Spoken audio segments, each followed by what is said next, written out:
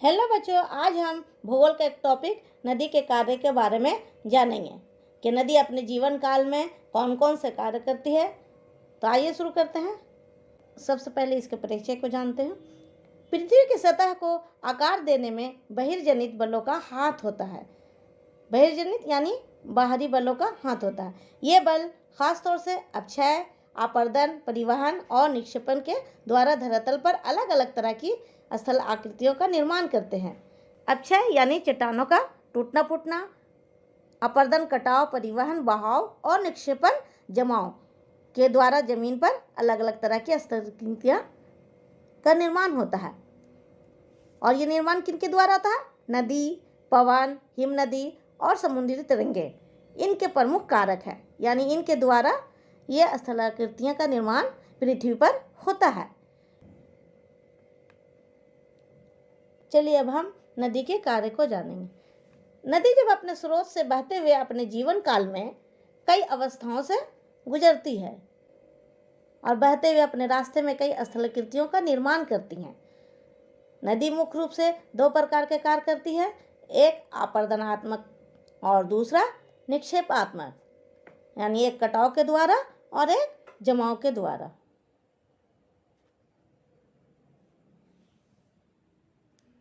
अपर्दनात्मक स्थलाकृतियों के बारे में जानेंगे।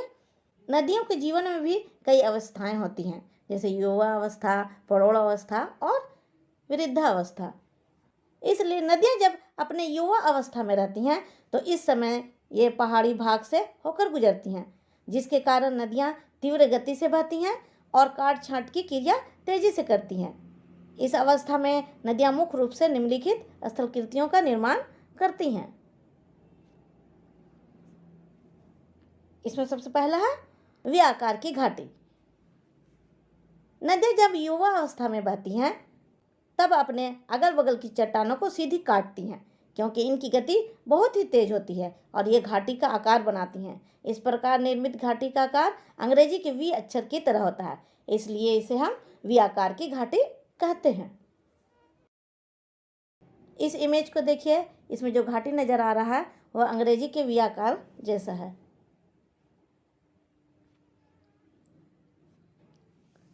अब दूसरा है गार्ज और कैनियन।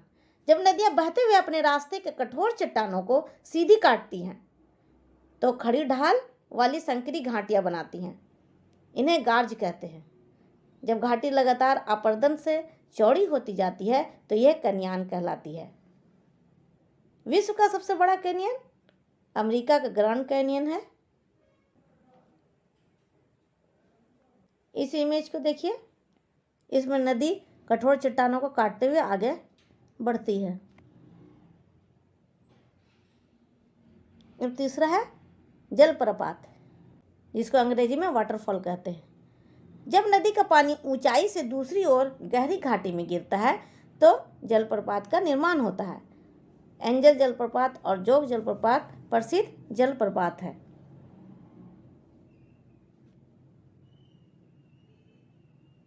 इस इमेज को देखिए, ये एक जलप्रपात है।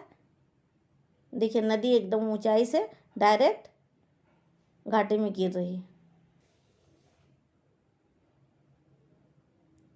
अब नदियों के निक्षेपात्मक स्थलाकृतियों के बारे में जानते हैं, यानी नदी जमाव के द्वारा किन किन आकृतियों को बनाती है।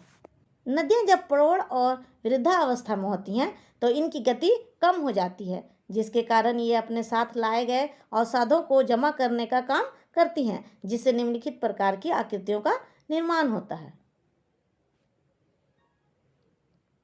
इसमें सबसे पहला है विसर्प और गोखुर झील। नदियां जब पहाड़ों से बहते हुए मैदानी इलाकों में आती हैं तो उनकी रफ्तार बहुत ही धीमी हो जाती है।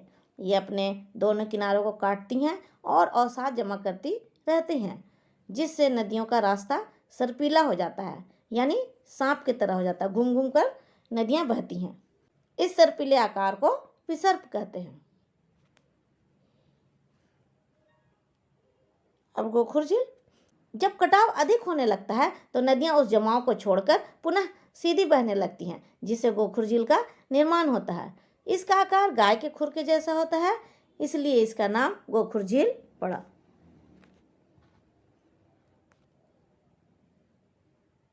इस इमेज को देखिए, ये गोखुर झील का मानचित्र है।